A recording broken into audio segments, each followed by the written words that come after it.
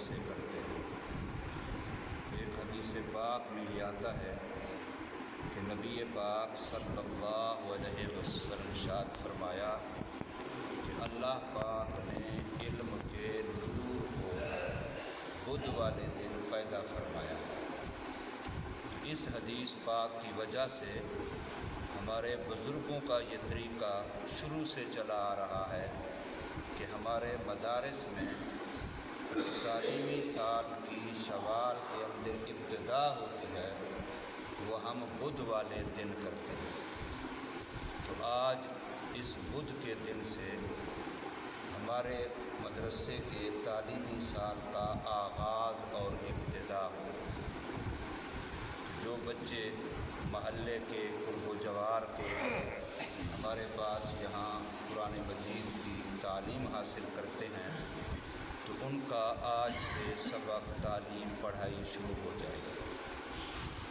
درجہ کتب والے عالم بننے والے جو بچے ہیں ان کے داخلے آج سے شروع ہو جائیں گے۔ ان کی پڑھائی کا آغاز اور ابتدا سوموار والے دن سے ہوگا انشاءاللہ۔ اس ترتیب کی وجہ سے، اس حدیث پاک اور اس بزرگوں کے عمل کی وجہ سے آج سے ہمارا مدرسہ نئے تعلیمی سال کے لیے کھل جائے گا اور نئے تعلیمی سال کی ابتدا ہو جائے گی۔ اور انشاءاللہ درس قرآن کا سلسلہ بھی اب ترتیب کے ساتھ 11ویں سپارے سے 10 سپارے ہمارے مکمل ہو چکے تھے رمضان مبارک سے پہلے ہی، تو اب 11ویں سپارے سے ہماری آئندہ کی ترتیب درس قرآن کی بھی روزانہ کی صبح کی اللہ کی دی ہوئی توفیق سے انشاءاللہ چلتی رہے گی۔ اللہ تبارک و تعالی ہم سب کو قرآن مجید کا بھی نور عطا فرمائے اور اللہ پاک ہمیں حدیث پاک کا بھی نور عطا فرمائے۔ علم دین، علم وحی کے فیوزات، برکات، انوارات اللہ پاک ہم سب کو نصیب فرمائے۔ الحمدللہ اللہ پاک نے ہمیں رمضان جیسا مہینہ عطا بھی فرمایا، نیک اعمال کی توفیق بھی عطا فرمائی۔ مسلمانوں نے اس میں ہمت فرمائی، اپنے اپنے نامہ اعمال میں نیکیوں کا ذخیرہ حسب توفیق، حسب طاقت، حسب استطاعت جمع کیا۔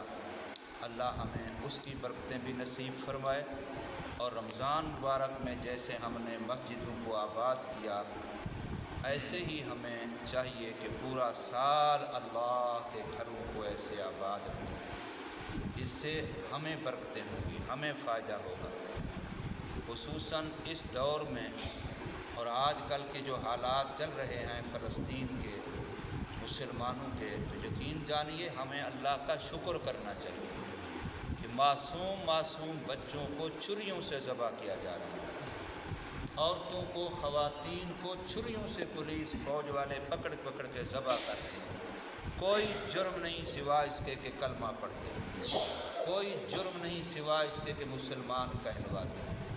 حالانکہ بظاہر دیکھنے میں شکل و صورت کے لحاظ سے وہ کوئی اتنے دیندار بڑے متسلط مسلمان نہیں لگتے، داڑھیوں کے لحاظ سے، ٹوپی پگڑی کے لحاظ سے، مسنون لباس کے لحاظ سے، پینٹ پتلون پہنی ہوئی ہے، اکثر کریم شیو ہیں، لیکن ان کے اندر ایمان کی حرارت پکی ہے۔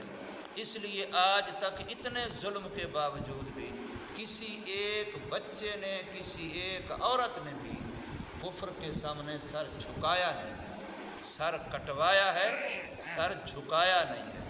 جیسے کربلا والوں نے سر کٹوائے تھے، کسی ایک نے بھی سر جھکایا نہیں تھا، تو آج ان لوگوں نے بھی انہیں کی یاد تازہ کر دی ہے۔ تو ہمیں عافیت کے ساتھ گھروں میں بیٹھے ہوئے کوئی خطرہ نہیں، کوئی پریشانی نہیں، ہر لحاظ سے ہمیں سکون ہے، تو ہمیں اس نعمت کی قدر کرنی چاہیے۔ وہ بھی تو انسان ہیں، وہ بھی مسلمان ہیں، وہ ہمارے بھائی ہیں، وہ ہماری بہنیں ہیں، وہ ہمارے بچے ہیں، وہ ہماری بچیاں ہیں۔ جیسے وہ اسلام کے لیے قربانیاں دے رہے ہیں، ویسا اگر خدا نخواستہ وقت ہم پر آ جائے تو ہمارا کیا بنے گا؟ ہم تو کتنے کمزور ہیں۔ تو اس عافیت کو، اس صحت کو، اس فرصت کو، اس آسانی کو، اللہ کی نعمت کو، اس کی قدر کریں۔ اس سے اللہ کے گھروں کو آباد کریں، اللہ کے قرآن مجید کتاب اللہ سے جڑیں، اللہ کے دین کو سیکھیں، اللہ کے دین پر عمل کرنے کی کوشش کریں۔ اللہ تعالی ہمیں ہمارے گھروں میں صحت و عافیت کے ساتھ، خیر و برکت کے ساتھ آباد و شاد رکھے۔ اللہ تبارک و تعالی ہمیں نیک اعمال کی توفیق دیے رکھے۔